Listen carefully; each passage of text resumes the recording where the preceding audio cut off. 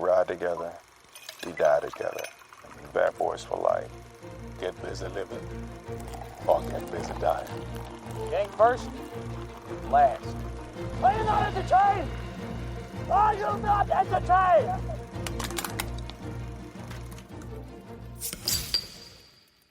Welcome to Brews and Reviews with Mick Pat. I'm Mick. And I'm Pat.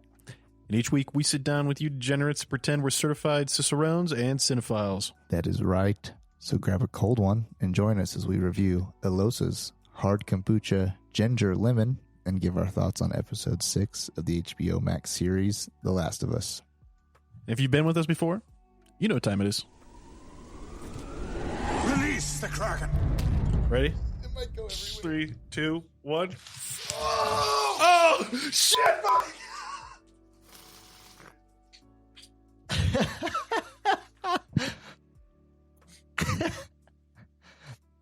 Honey, entertain the guests while I go get a towel for that. Alrighty. I need a towel. Do you need a towel? Yeah, for my pants. All right. Fucking kombucha. So, Elossa kombucha here, while Pat's grabbing a towel.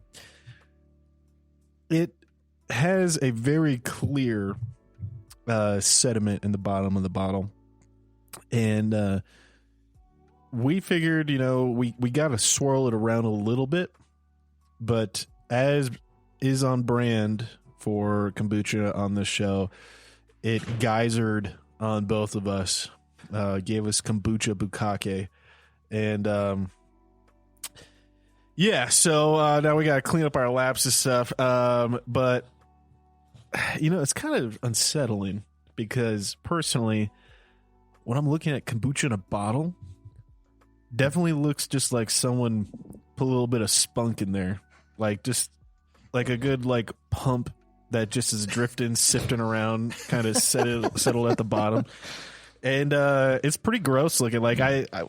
I borderline had when you get snot on the back of your throat, when you're sick and you get your gag flex is irritated. That's kind of just how I was looking at it. So I had to swirl it around to make it not look so gross. Pat did the same, and it said to now. Swirl it on the website. It does say swirl it around. It says don't shake it. I made it over swirled. Yeah. But anyways, all that said, this is a ginger lemon, which I'm noticing again this citrus and ginger theme across the kombuchas quite a bit. And I'll say it. I don't know if there's originality really anymore. Is what we're running out of kombuchas, man. We've tried just about every damn kombucha sold in our town. This one is about as far removed from local brews as we could get. It's kombucha out in Oregon, and they have some serious overlap, dog. And what are we talking about? So do IPAs. So many IPAs taste the same, but I'll be honest, man. I'm starting to think with kombucha, they could have done way more flavors. It could have been much broader, wider in profile. And I'm thinking they really just stick to the safe lemon, lime, some kind of citrus, and then ginger. Ginger's a big one. I feel like that is in a lot of them. And I'm not gonna say it makes a tasty drink, but everyone's doing the same thing. Have you still not had normal kombucha yet? No. Okay. I think when you finally have just normal kombucha, you'll be like, this tastes the same. You can have kombucha that's just as good with or without the alcohol piece on there. Yeah. So Elossa ginger lemon. It's like you said, it's out of Oregon, Hood River. But I was looking them up, and it's did you mention it's sold at Trader Joe's? Yeah. Exclusively. Oh, really? Is it exclusive? Yeah, so it's exclusively at Trader Joe's. It's not the Trader Joe's. If you go into Trader Joe's asking, hey, where is the Trader Joe's kombucha? No one knows what you're talking about. Mm. It's a brand exclusive to Trader Joe's, but it's not made by them. Yep. So a short Google search and takes you to locusinteractive.net for Elossa, which is locust. What is locust? It says A bug. locust, not locust. Locust. Is it? What is locust? Locust. Yeah, without the T. No, what is isn't it- locust? I don't know. That's a Craig job. So Locust Interactive Craig, get the fuck on that. It's a full-service digital marketing agency that transforms ideas into experiences. They'll build you websites, they'll brand your stuff, and they'll promote it all for probably a fat fee. And that's where you can find Elossa's landing page. Elossa, the only verbiage on this website is Elossa is a fitting name for the crisp, refreshing, only at Trader Joe's hard kombucha. It means alive in Finnish and is filled with live and active probiotic cultures. It says it's Kombucha is Finnish? no the name Elossa. Oh, Elossa. Elossa. Okay. I was just like, wow. Yeah, it means alive in Finnish.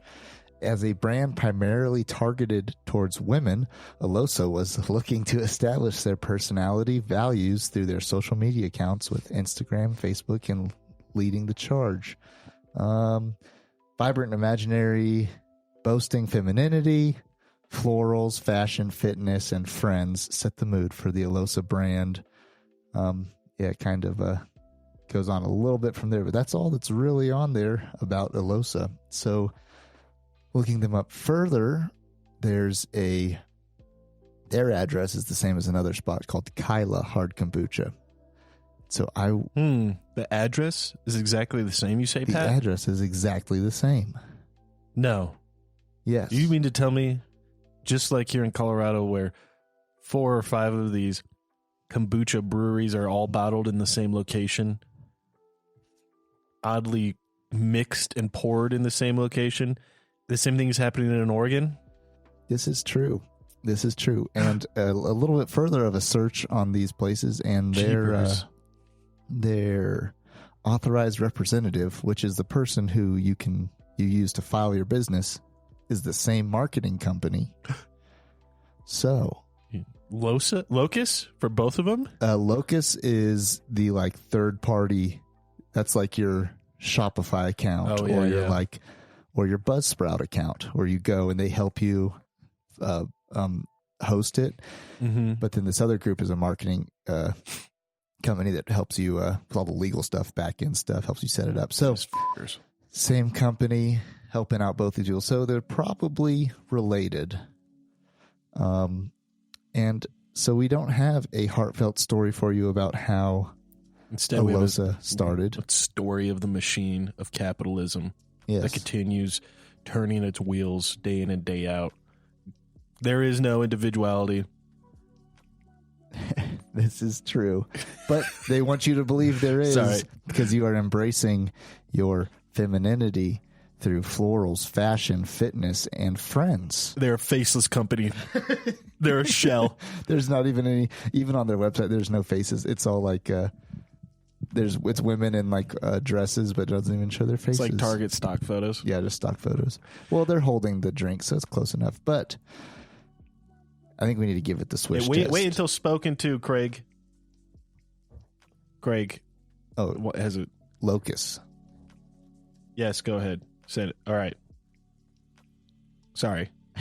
I saw him opening his mouth, Pat, and I just didn't want him to interrupt you. Locus is a particular position, point, or place. That seems like a dumber word for focus. Yeah. It's like focus, but where your feet are. It's also used in mathematics. A curve or other figure formed by all the points satisfying a particular equation of the relation between coordinates, or by a point, line, or a surface moving according to mathematically defined conditions. Parabolas. Sorry, parabola. I say parabola. You said it right the first time. Yeah. Is the locus of a point that I moves see. so as to be equidistant from a fixed point. All that said, dumb name. Fucking nerds. All right, sorry. I'm in a mood. I think it's because this. I think it's because even though kombucha tastes good, I'm getting sick of it. Just I don't know. I'm trying to think of a way of wording this and not being so graphic. I'm sick of it just busting its load on me without giving me a warning. You know, it just, I don't know. I'm getting upset. You might be overhandling it before you pop it. Shut the fuck up. But I'm gonna, no, never. I'm not gonna put you on the spot with that one.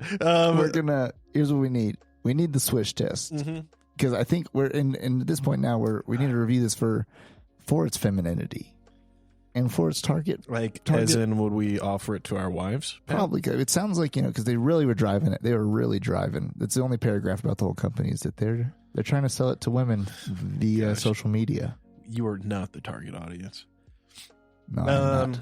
Alrighty, well, let's take a swish. As you people know, take a big swish and push it through your teeth.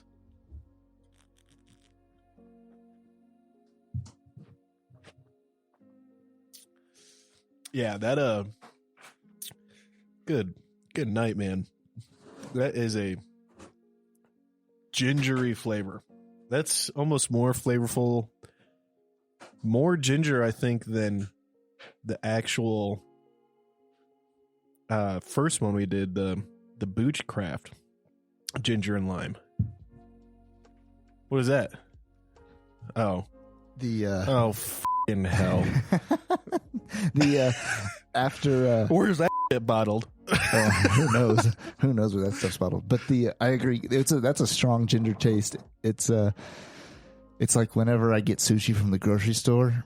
And I make the bad actual wet ginger on sushi. And I make the bad choice of being like, I'm getting all my money out of this one. And I just throw the whole thing in there. Yeah. I regret it. Yeah, you could also just not eat raw food. Hey, excuse me, there's a thought. Are you not sushi. a fan of sushi? I don't like. I'm just not a big believer in eating stuff that comes out of water. Like I just don't eat fish. Wow. Ducks are a fine line. Like waterfowl, I like most waterfowl, but there's some waterfowl that's actually kind of fishy. Yeah. Like, I'm not a big duck guy, but like other waterfowl, I do enjoy. Ducks sometimes, depending on where you get it from, it can just taste like the scum that it eats.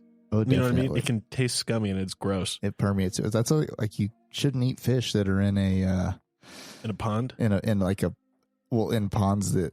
And like dirty, nasty ponds, like golf course ponds, because they've absorbed all the fertilizer and everything, and you can get toxic. Yeah. Anyways, very lemony flavor.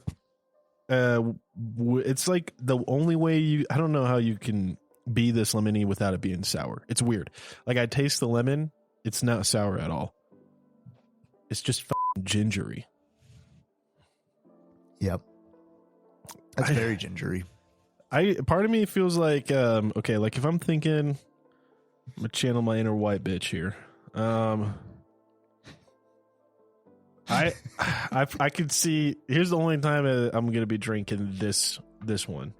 Like if I'm thinking about it, I sipped several of the I drank 2 of these with the ladies before we went to Target on Saturday at like 1 p.m.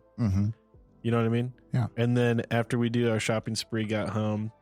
Grabbed one and poured it in with a little bit of vodka. Is your lips, I could see this being a vodka slushy thing. Yeah. Are your lips a little numb? No. I think my lips are a little numb from the ginger. You think so? Is that an effect of ginger? I don't know. I don't know, man. Maybe that's the semen in it. I've never had semen on my lips, but maybe that's a side effect.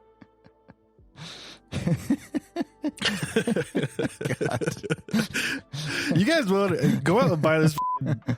Just go to. You don't even have to buy it. Just go to Trader Joe's and pull it out of the 6-pack and look at it. It looks like, and you can't see through it. Well, not after stirring it. Yeah, no, but like you could see through a beer. I'm holding things up to the light. You can't see through it. It's cloudy. I'll be honest. I like it. And not only do I like it, but I could easily sit down and pound these. I would drink this over Mike's Hard. Mike's Hard lemonade, too sugary for me, man. Yep. Can't do it. Too sweet, gives me heartburn. I would drink this over that any day of the week. And, one thing to be said about all these kombucha drinks is, and this in particular compared to Mike's Hard, like, this probably is better for you. Well, I was going to actually ask, man, Mm-hmm. How's your dookies been? Because I feel like Oh, yeah. since we started kombucha, Has this I made you feel regular? I feel like I dookie more, and I feel like they're better. Yeah. I think that's true. I think Like, I mean, I'll say this: I've noticed I've had to spend more time wiping. yeah, That's like definitely a side effect, I think, of the kombucha.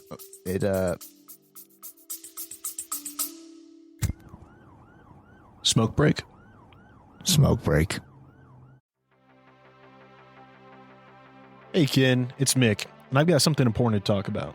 We all hope we never find ourselves in a self-defense situation, but life's unpredictable. Enter the National Self-Protection Plan from Attorneys on Retainer, an actual credible law firm you can put on retainer for your self-defense needs. For just $35 a month, you get national coverage in all 50 states for criminal and civil legal representation in self-defense situations, complete with a 24/7, 365 toll-free emergency line. That's real legal support when you need it most. What's in the package? Bail bonds, scene cleanup, firearm replacement, even mental health counseling. Plus, 0 fees for a laundry list of defense-related costs like expert witnesses. So support the show and get yourself some peace of mind. Click the link in our show notes or visit our sponsors page to sign up for the National Self-Protection Plan from Attorneys on Retainer. Hey folks, Pat here. If you're like Mick and I, you're a fan of classic tales like Lonesome Dove, Blood Meridian, The Three-Body Problem, and Steinbeck's East of Eden. With Audible, you can dive into these epic stories anytime, anywhere. Sign up for a free month, and your first audiobook is on the house. To start your free trial and support our show, click the link in the show notes or swing by the sponsors page on our website. Want an awesome website for your podcast? Check out Podpage. We use it for the Mick and Pat show, and it's a game changer. Set it up in minutes, no coding needed. Support the show by using our link to get started. Your podcast deserves a home as great as ours. Podpage, the one-stop solution.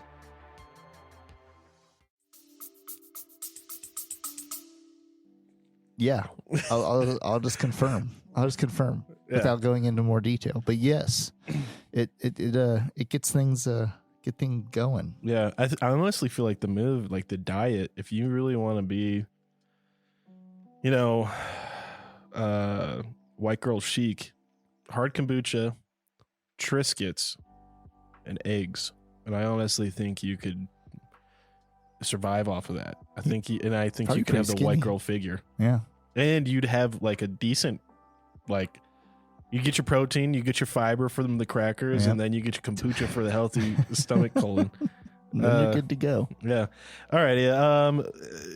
We said, like Pat said, there's not much to go here. This is essentially the most far removed thing we could get from like any heart in the brewery. You know what I mean? Like it's not even new. Someone like, had this idea. They said, we're going to take a drink that we make. Some company said, we're just going to sell a drink to Trader Joe's. It's to be exclusive there. And we're going to make a bunch of money doing it. It's Baja Blast, dog. Yeah. It's faceless. It tastes good, and all of us love it, and we'll go to Taco Bell for it. But we all know at the end of the day, it's just part of the machine. This is part of the corporate machine to get us there. That's what this is, man. It's just part of the corporate machine to get you into Trader Joe's instead of King Soopers. It's just masked with the guise of flowery fun. Yeah. Alrighty. Let's give some thoughts on this. I think we said it. It's super gingery. I think it's good though. And not only is it good, if I was grabbing, here's kind of how I operate. I'll go to the liquor store and I'll grab like a 4-pack of a beer that's like essentially comes out to $4 a can. Like $4, $5 a can, tall boys. Yep. And then I get something for the wife because I honestly just don't think she's going to like my expensive small brewery beer that I'm like experimenting with to see like if I like it or if I like the brewery. And if you do like it and you give her one, you might be kind of wasting it. Because what if she only drinks half of it? Yeah, exactly. I could see myself buying this. Yep. Especially at Trader Joe's where I think it was like $9 for a 6-pack. And I think this one you could go like you could make a cocktail with it as well. Cocktailify. Yeah, you cocktailify this one. And I think this would it's be refreshing. That ginger wakes you up. It does. I mean, it kind of immediately kickstarts heartburn. Yeah. Like you don't feel like you can lay down. You're gonna, no, I would like the thing I remember the most is just that absolute fucking trash. We shit on it every time. We get so much meter. What was that fucking trash can full of like stewing mushroom juice? Hooch Booch. Was it Hooch Booch? Hooch Booch. Their lemon black tea one. Yeah, the bee's knees. Bee's knees. And the idea is supposed to be based off of the bee's knees cocktail from the 20s. Mm-hmm. I would rather make that cocktail with this. Like I was looking up that cocktail recipe. Yeah. I would rather use this than that. Mm-hmm. It's probably, I think the alcohol content's similar and it doesn't taste like ass. Yeah. And that other stuff it tasted fake. It tasted just medicine. Yeah. It tastes like medicine. This stuff, this tastes like this tastes like it has, 5 ingredients and they're all fresh and real.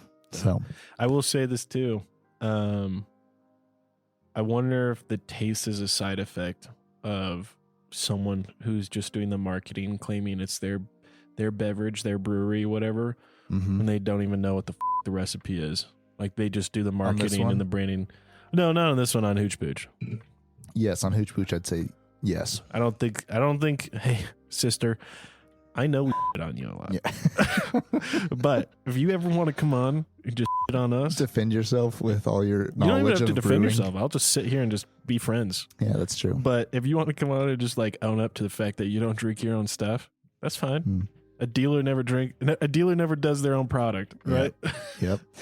And I think if I had to wager a guess, I'd say that Kyla Hard Kombucha Company, somebody in their marketing group went, hey, let's make this specific line that we're gonna sell just to Trader Joe's. Yeah. And I think that's where it happened. And it's probably pretty commingled there, which is also kind of fun because in that case, it's people who know how to make this craft, and they're putting it together for a certain product, and ultimately kind of do what you want either way, but it does kind of ruin the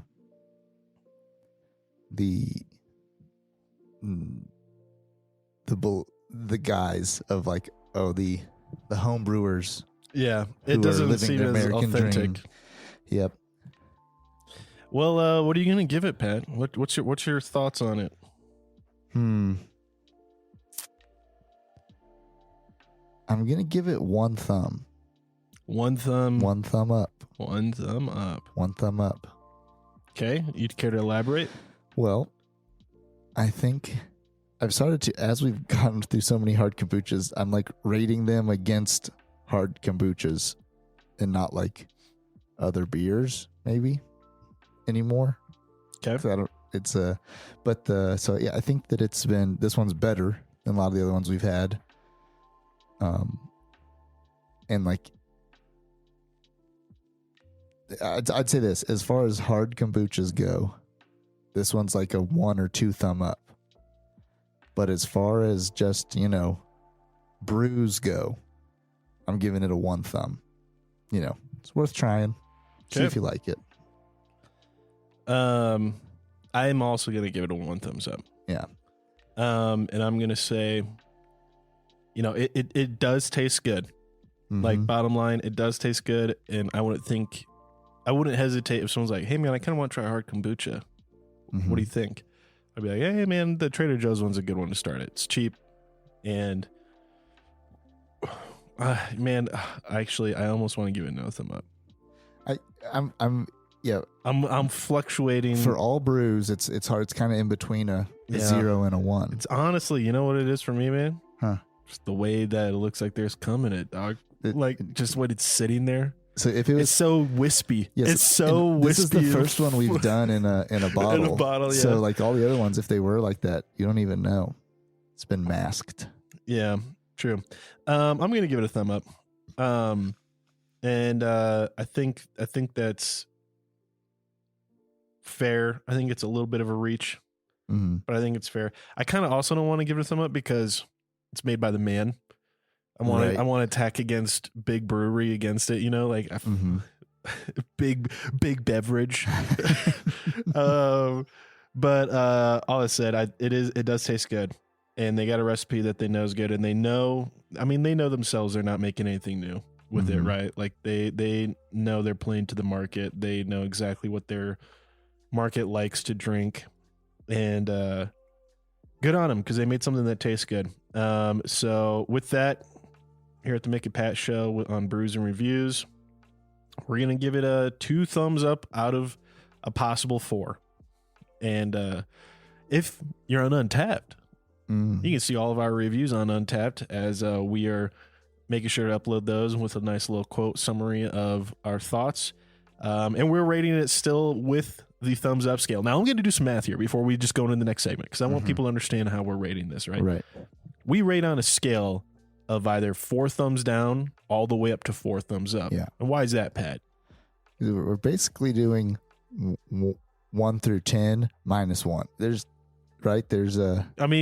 Close. There's 9 options. You could have just kept it more simple and just said because we each have 2 thumbs. Right. But what I'm saying is I'm boiling it down and just basically we're doing like it ends up being a out of 10 minus 1. It's like we got 9 options.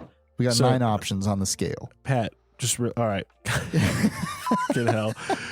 I swear, Craig sometimes is smarter than you. How many thumbs do you have, Pat? 2 thumbs. And how many thumbs do I have? You got 2 thumbs. And how many is that in total thumbs? 8 thumbs. That's 8. That's 4. That's 4. That's 4 thumbs. That's 4 thumbs with an option of 8 options. But if you include a 0 thumbs, that's then 9. you get 9. Okay, good. All right, Yes. cool. We're good. All right, we're gravy. I'm just making sure.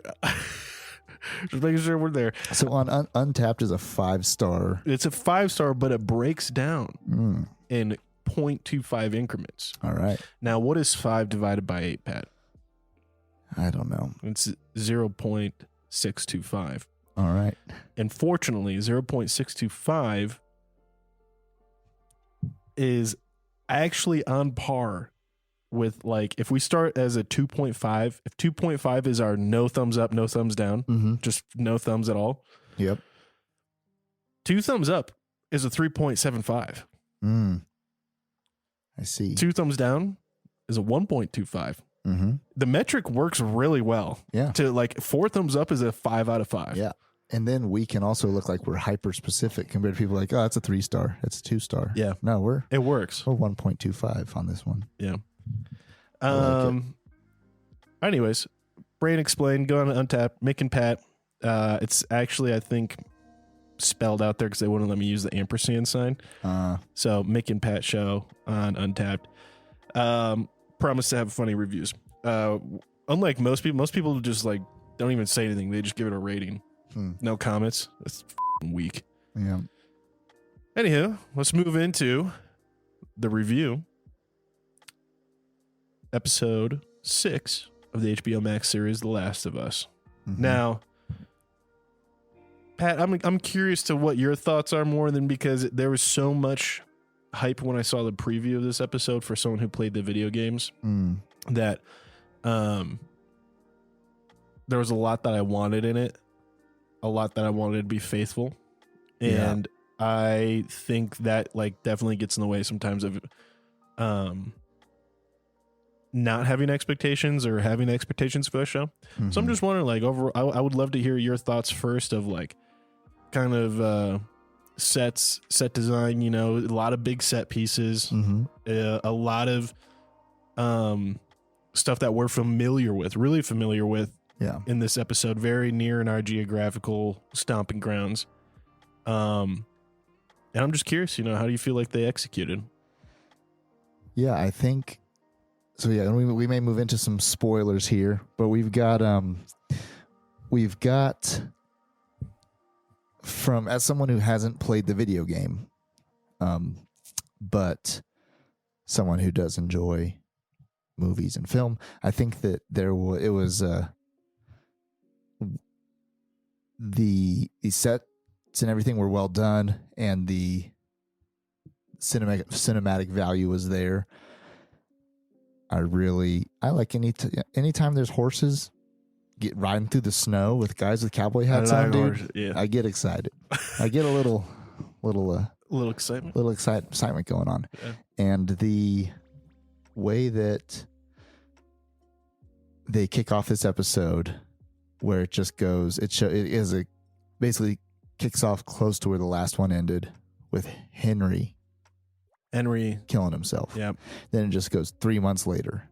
Yeah. And then it just goes into this scene where they've covered a lot of ground. And so I thought it was a good episode. I thought they might have, as far as the whole story goes, they may have missed out on some stuff. Like, I think when we had talked, you thought that maybe this season would end with him finding Tommy, right? Was it? Yeah. Like, just because it doesn't feel like there's enough time left to finish the first video game. Right. Yeah. So it's like we've got, this one's episode 6, right? 6. Yep. And so there's 4 left. 3 left after this one. There's only 9 episodes this season. Okay, 9 episodes this season. So 2/3, yeah. They probably have a lot to wrap up. So anyways, did they follow the game, or did they just like skip a whole huge chunk of the game just to get out to Wyoming? That's a great question. I think, as far as I remember, it's so you don't actually see Jax in the city. Like, you're not in the city until game 2. Oh, really? Game 1 literally ends with them on the mountains, like coming over through like a valley in like the foothills, looking down on Jackson. Okay. And so, and like it's essentially like there where they decide to like go and like try to be normal again. They meet Tommy in the first game at like the hydroelectric dam that we see earlier, and that's where they meet Tommy, and Tommy tells them about Jackson and they should just come there. And Joel's like, no, we gotta finish this. Okay. Well, Joel actually, I mean, the argument between Joel and Ellie is very accurate to the game. Joel's essentially like, no, I can't finish this. Tommy, will you take her? And they kind of have their bickering, but there's never like, they don't, it's not in Jackson when that happens. It's at the hydro dam. So I will say this though, the scenes of the city feel to me, from what I remember the second game, feel to me like dead on. Like, it looks exactly like the set design, like the backdrop too. I'm sure they did a lot of like graphical enhancement or replacement to make it really look like Jackson in the valley of the mountains of the Rockies there. But holy shit, it looked phenomenal. Looked like it exactly like it is in the game. Yeah. Like I was saying, anytime there's horses in a show, I like it. And in this one, they roll into an Old West style town. And I just thought it was great. And they're holed up there, living their best life, having a good old time. And before they get to Jackson, I really actually enjoyed the scene with the natives. The way that they interacted. It was very enjoyable. It was very funny, like very old coupley, and also like something about it too seemed I think like something about the way they interacted. I feel like they got like a native advisor to be like, how does your grandma and grandpa interact with each other? And like some of the little, even like the way, like a little side huff or whatever, like what was true to how like these people were interacting or whatever. I felt like it was really well done. I think I'll say this, as someone who played the games, I was expecting this to be a far darker episode. And there were some things like interactions they allowed to take place between those two, that like married Native American couple, and that ended up being like, there was dialogue that was very synonymous to what happens in the game, but in a darker instance. And I don't want to spoil anything. I'm trying to be really careful with my words in describing it, but it was cute because it was like, oh, this is like a wholesome situation. Like, we know Joel. Mhm. We know Ellie.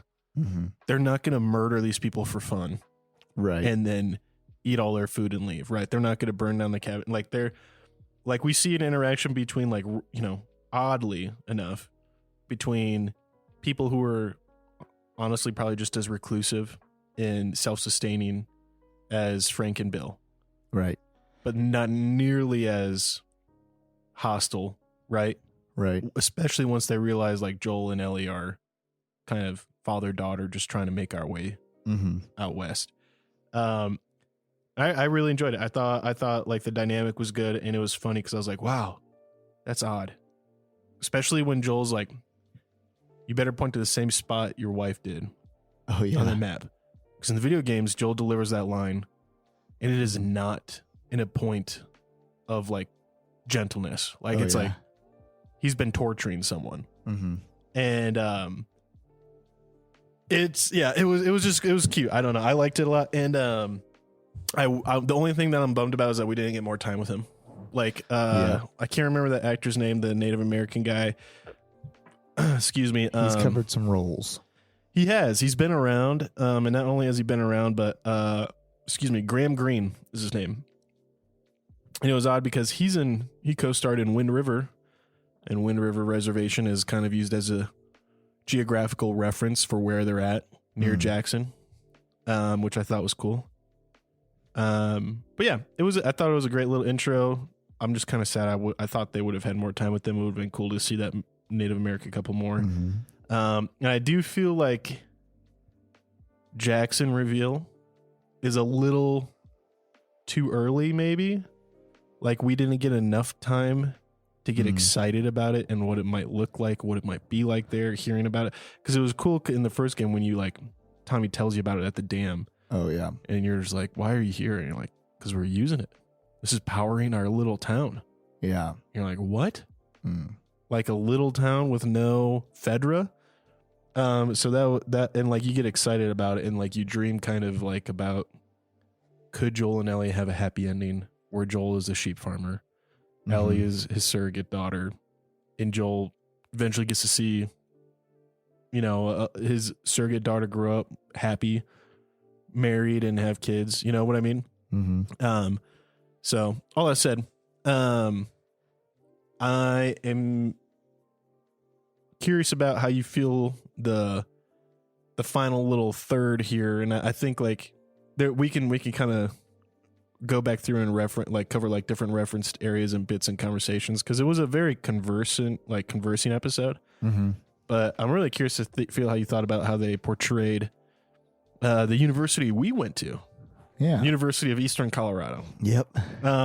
Which isn't real, folk. Mm-hmm. But it is definitely based off of Colorado State University, where Pat and I were fortunately able to attend and are very familiar with the campus. Yeah. Yeah, I thought that was a fun touch point. And yeah, what's fun about this episode for me was that they were in our neck of the woods, just out west, mountains, snow, plains. It was fun that they were like recreated our place. Kind of. But kind of.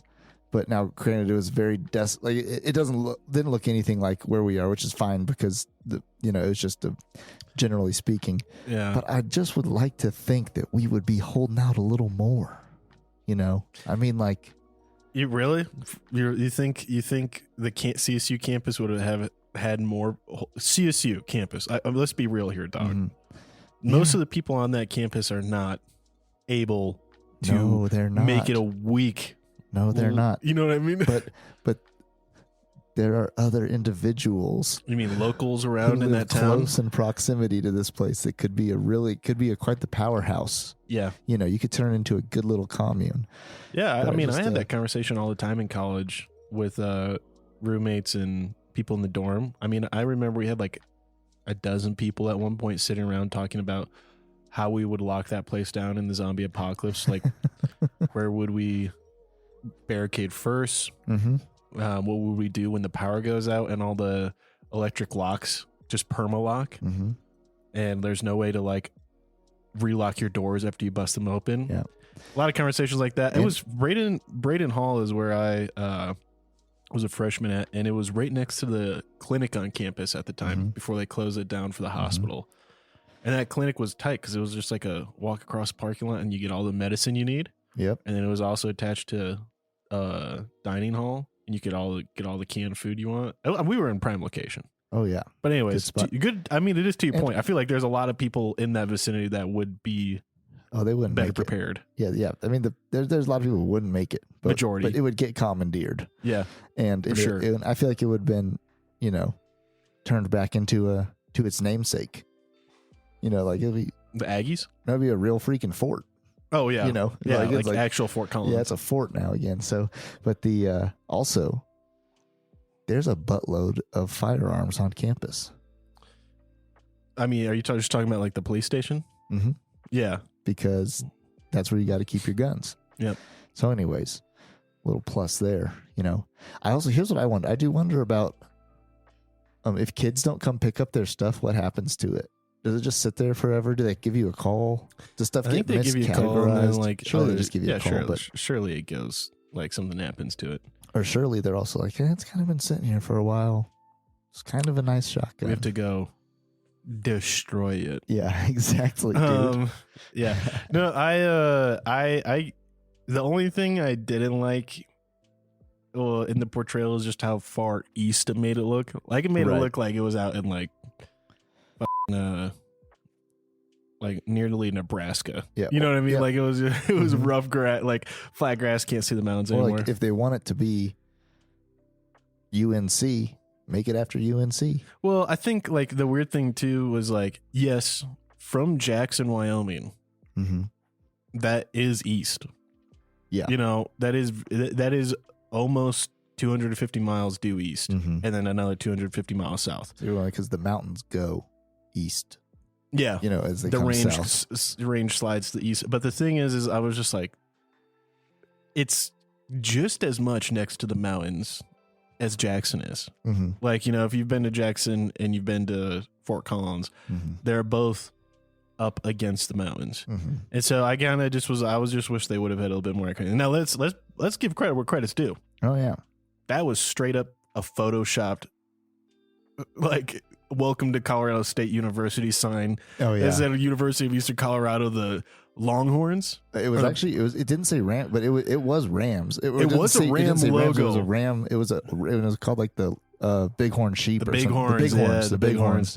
Yeah, and I was like, okay, so clearly CSU had a stick up their ass. It was like, no, you have to pay us to use us in the show, or no, we don't want to be in the show. And I'm just like, whatever. Yep. After that, the Bill and Frank episode, and the one after that, they're rather progressive, Yeah. Like, you'd think the university would be about it. I did like, though, how they really made the university like animal sciences heavy, because that is essentially like our bread and butter at CSU.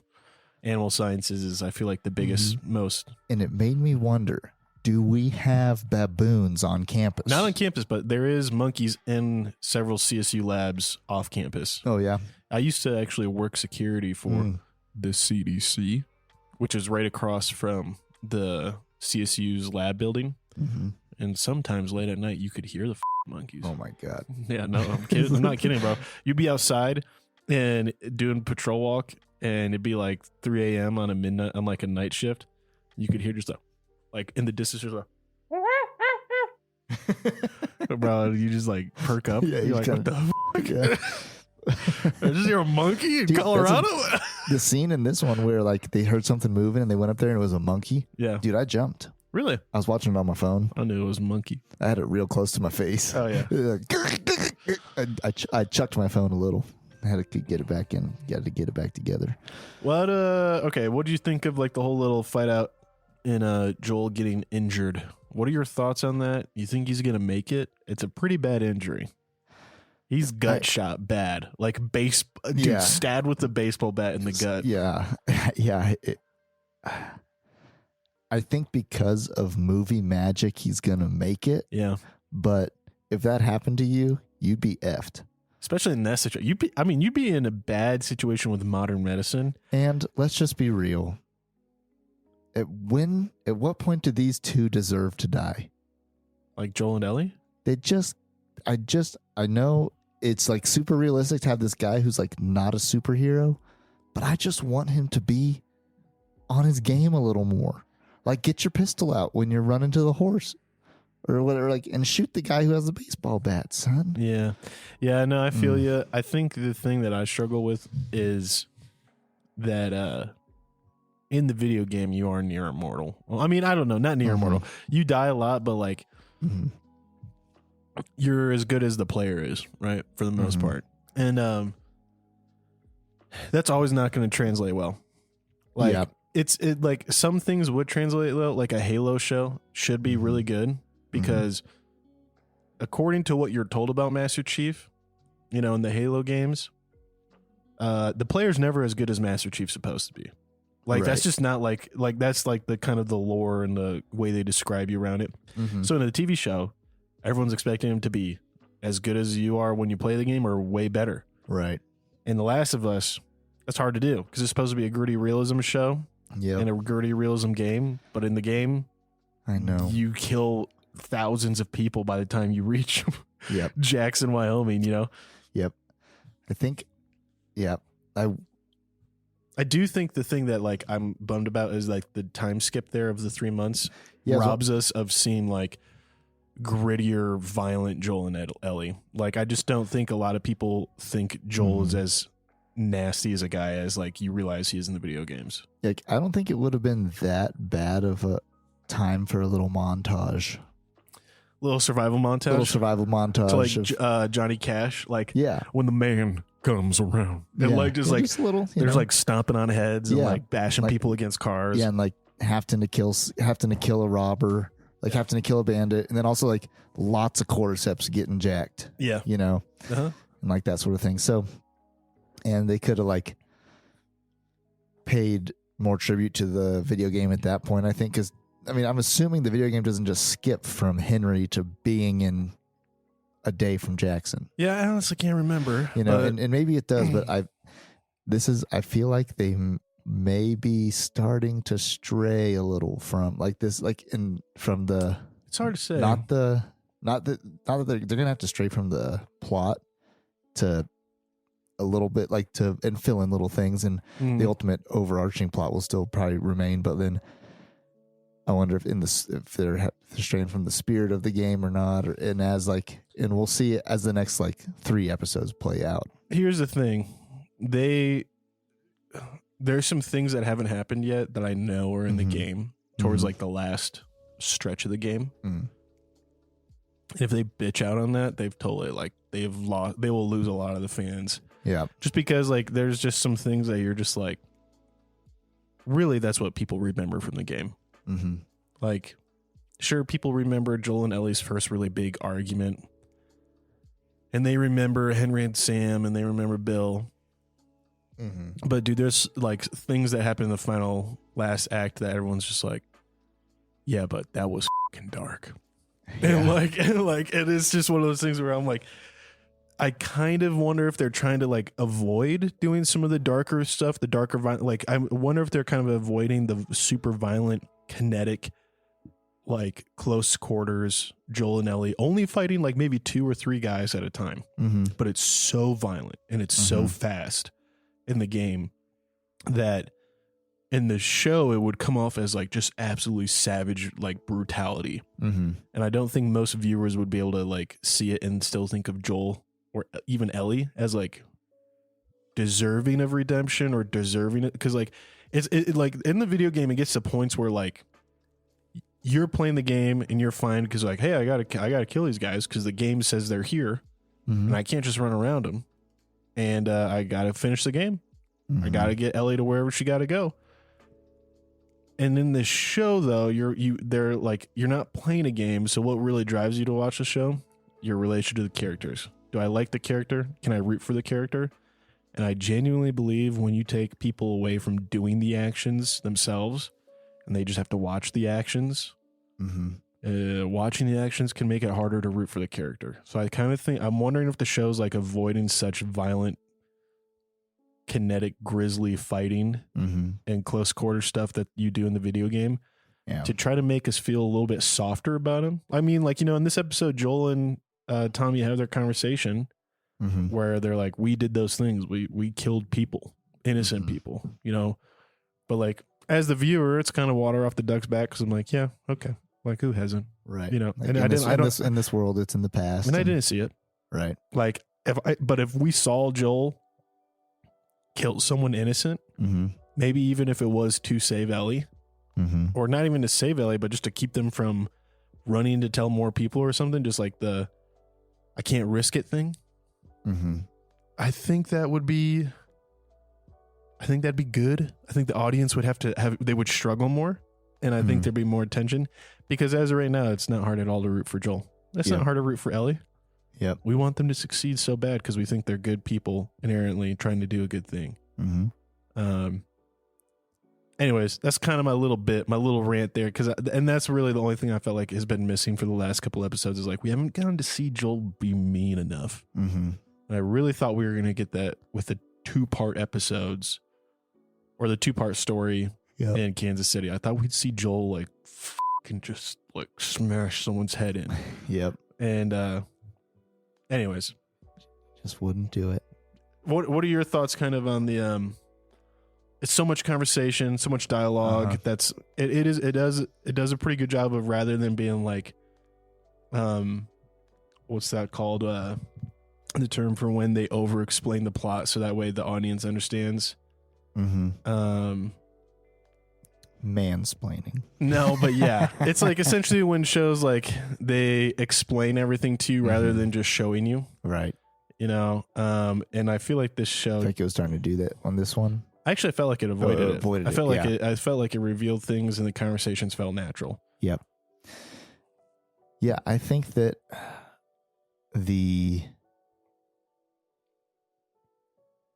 maybe just personally,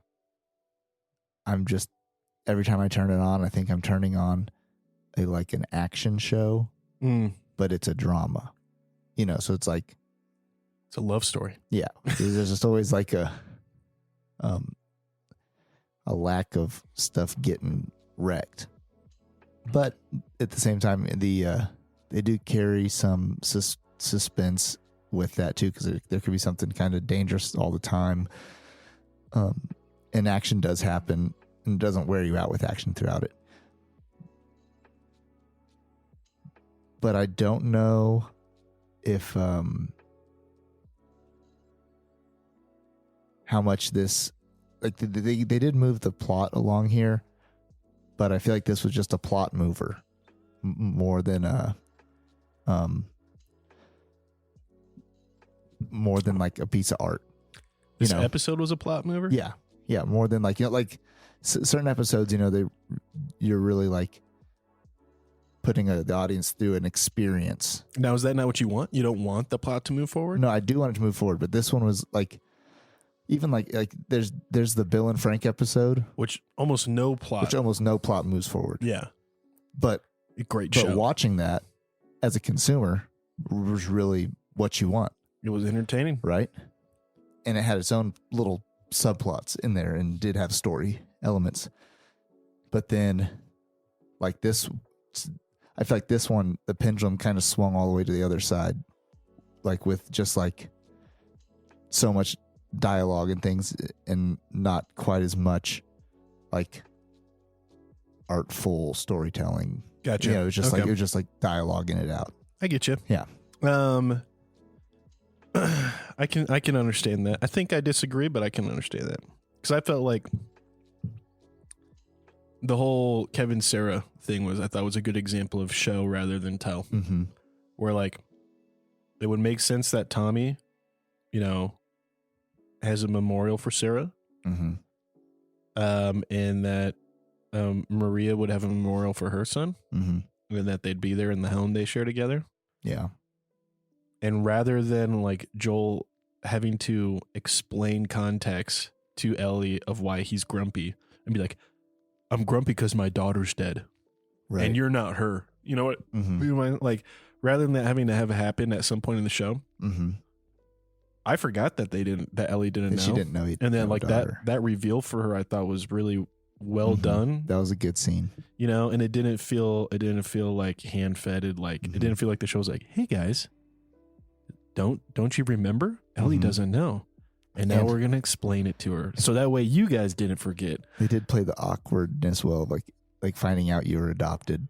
You know, yeah, I thought that part was good. I feel like the one thing that just didn't work for me this episode, Joel's panic attacks, dude. Yeah, it felt like there was no prior example of them. Precursors to his. Yeah. And I thought he was having a heart attack at first. Me too. I thought he was going to die. I thought they were going to have to figure out how to heart attack him. I need aspirin. Yeah, but then towards the end of it, you realize, oh, he's gone through PTSD. Yeah, and like not just that, but also like the future PT. What is it's like? There's post-traumatic stress disorder, but then there's another one in regards to like what that causes with fears of the future, like some form of anxiety. Yeah, about the future.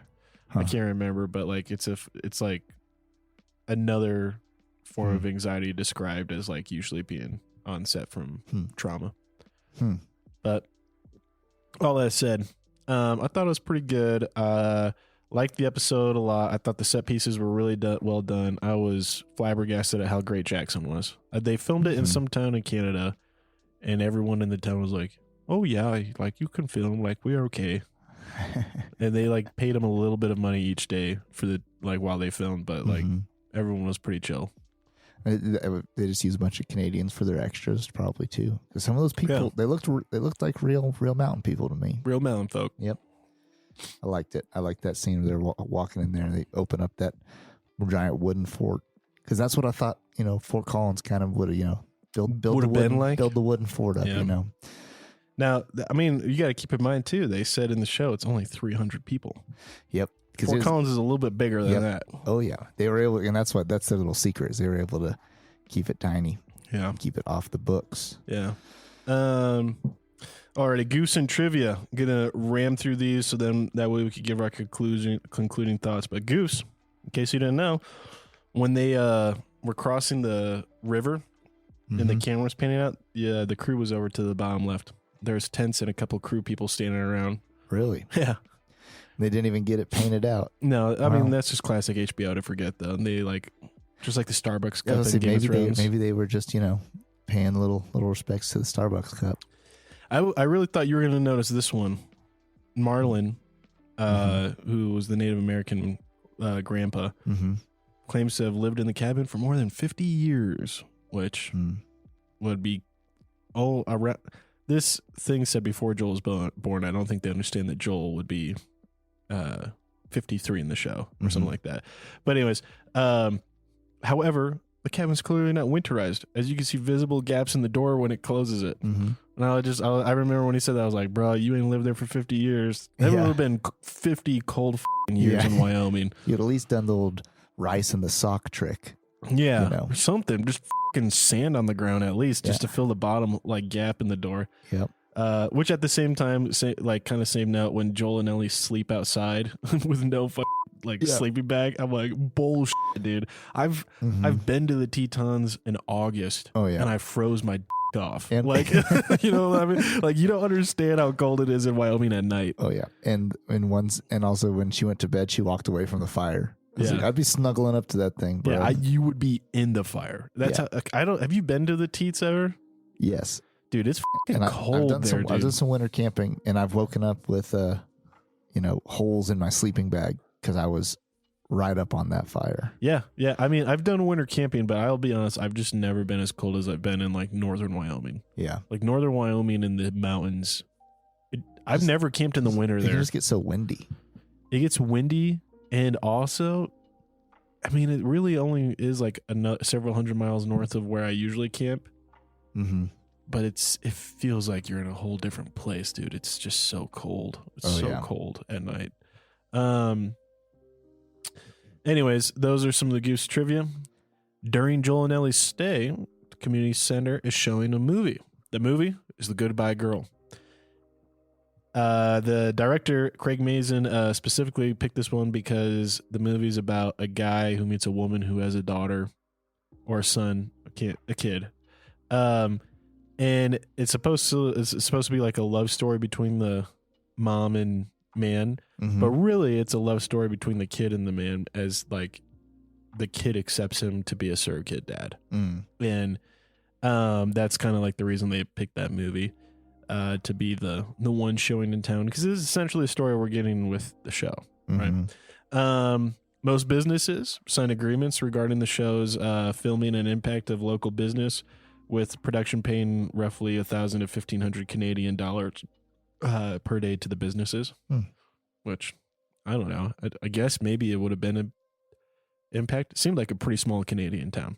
Yeah, like they're not getting a lot of tourism or anything like getting shut down or This one I really liked. I didn't notice this one at all. Per business too. I would have stood up. I would have been like, "Hey, listen, we're gonna turn this store into 4 stores."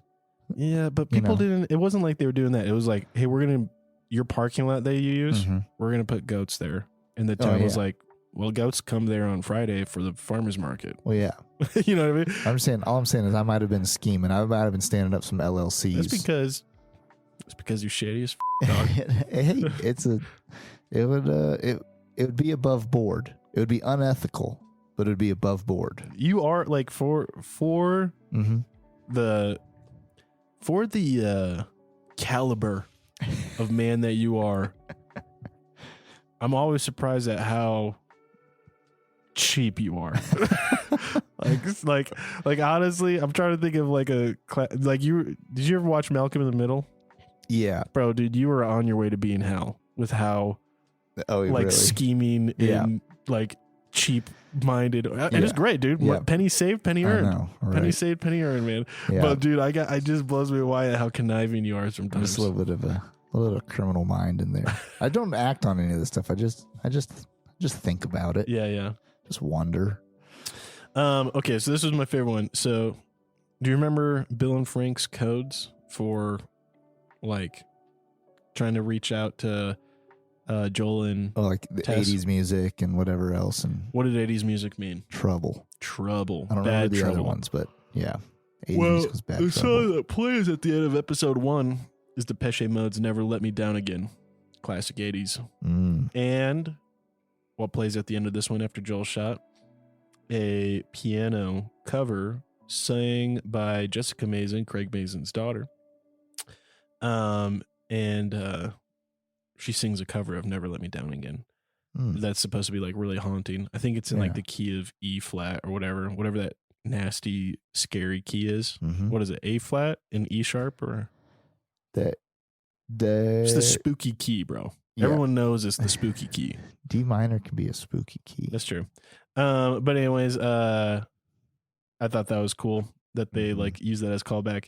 John Pano really liked the natural beauty of where they were filming for Jackson, and the 60-foot tall log wall was real, not CGI, not made on a green screen studio set. But they built it, and then when they weren't filming, they had to actually like open it for traffic to go through for the rest of the day. We talked about this, but University of Eastern Colorado on the show, clearly inspired by Colorado State University, even having the same mascots. The sign there is also the same. If you look it up on Google, you could clearly see it's like the same architecture, like grout brick. One thing I really like, though, is that Tommy tells Joel that to get to the university, it's a 500-mile journey on horseback from Jackson, Wyoming, to where the university's at. I think they say it's in Boulder, which is, again, like even more I don't know west, if they say what near what Boulder. city it is. Yeah. But if you go on Google Maps and map Jackson to Fort Collins, it is exactly 500-mile drive. And a horse travels about 100. An average standard horse can ride for about 100 miles a day, which means it would take roughly 5 days to travel from Jackson Hole to Fort Collins, Colorado, which is roughly, I think that's what they say in the show, like 5 days later, they reach the university. So those were my quick trivias. I wonder what's that, sounds like that horse got to be clipping along a little bit. I'd be a tired horse after that. Horses are impressive. Horses are impressive. I think with like 2 riders. Now here's the thing too. If the horse was just doing its normal ride, then like it takes it would have been like if they had ridden like the way a bird flies, you know, like just straight walking there, it was only like 438 miles, which then again, like plenty of time to do like what 80 miles a day and get there on time. Yeah. So all that said, I thought they did a really good job with research. Nothing like it really in their point. The goofs were funny, but overall thoughts on this episode, Pat? I think that as like a standard hour of TV, and in comparison with the rest of the show so far, standard hour of TV, I think it was great. I think it was good. You know, compared to the rest of the show and kind of the hype and the build up and all this stuff, I liked it. I do think that I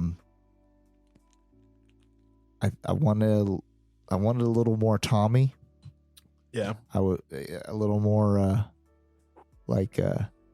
that's probably my biggest thing about this was like Tommy would have gone with him. Yeah, and then gone, but like I mean, even being a new father soon.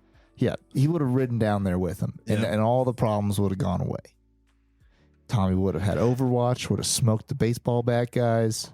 They would have just headed back to Jackson. Anyways, so that part, you know, is like but yeah, I thought it was good. I liked it. I think that I can't even put my finger on what it's missing for me. Violence. Probably. I think it's the fact that like it doesn't feel violent enough yet. You know, like for post-apocalypse. Yeah, there was only, you know, really the fighting wise was that last scene where, you know, the thugs come out and it's like a 15 seconds of, you know, scuffling and then resulting in potential death of Joel. Yeah. So, you know, in the video games, Joel gets injured because he falls down in part of the bad like infrastructure of the university. Oh. And he falls and gets impaled on rebar. Ooh. And Ellie has to pull him off and try to get help. And they legitimately changed for that because they're like, yeah, he'd be f***ing dead in real life. That was video game logic that he lived. You know what I mean? And like they're like, we can't like put that in the show and really have people be like, oh, really? Mm-hmm. He lived through that? Okay, I accept that. Like, you fall on rebar in the apocalypse, you're f***ed. It's pretty bad. It's been decades since you got tetanus shot. Yeah. You gotta get an angle grinder, cut that thing off. Yeah. You gotta walk around with it, sticking out both sides. Gosh. Every time you sneeze or fart, you want to die. Yeah, no kidding. You know? Anyways. Yeah. I think it was the best episode since the Bill and Frank one. I agree. I mean, it feels like the other two episodes, they're, again, like we said, great TV, but just not nearly as good, kind of in the shadow of the TV highlight that Bill and Frank was. In the first two episodes.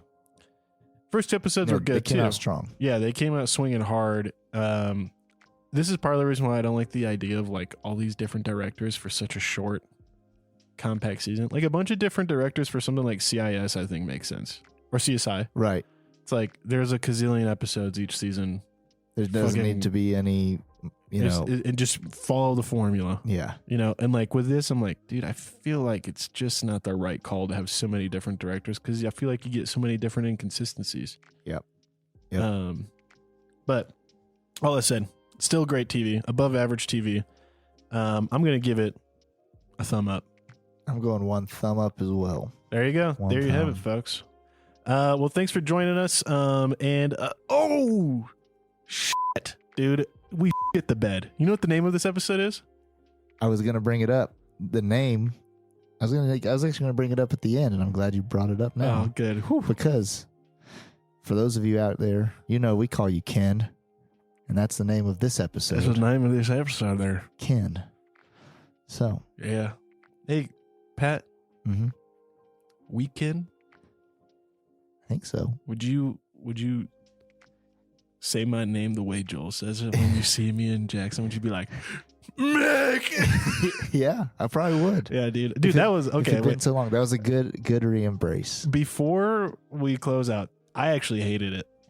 I hated the re-embrace because it was like if that was my brother, like, and I just saw him and he's still alive. There'd be some ugly tears. There'd be some snot. I'd tackle him to the ground and we'd be rolling down the ground crying. Hold each other. And then there'd be laughing. Yeah, there'd be I wouldn't be able to keep my legs up, dude. Yeah. You know? Anyways, Yeah. Yep. I thought they should have had way more nasty, like Yeah. It Like, should just have looked like- like Anakin and Padme in the grass. dude. Yeah. You know. Like I just felt like the hug looked good. It looked solid. It looked like there's tears in Solid their man eyes. hug. But I was like, bro, come on. Yeah. Come on, dog. He You're didn't know gonna that be he was on your alive. knees sobbing, holding each other. Yeah. Anyways, I thought that was interesting. Cool. Well, hey Ken, thanks for joining us. We always appreciate you. I'll go as far to say we love you.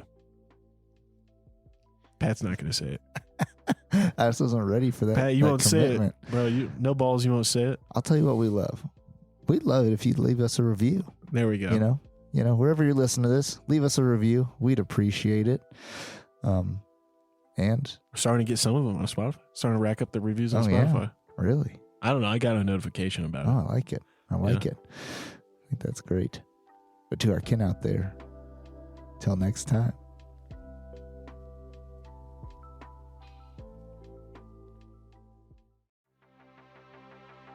Thanks for tuning in. If you love this episode, drop us a review. If you have qualms or comments, leave us a voicemail on our website. While you're there, check out our latest news, merch, and deals from our sponsors. Till next time, Ken.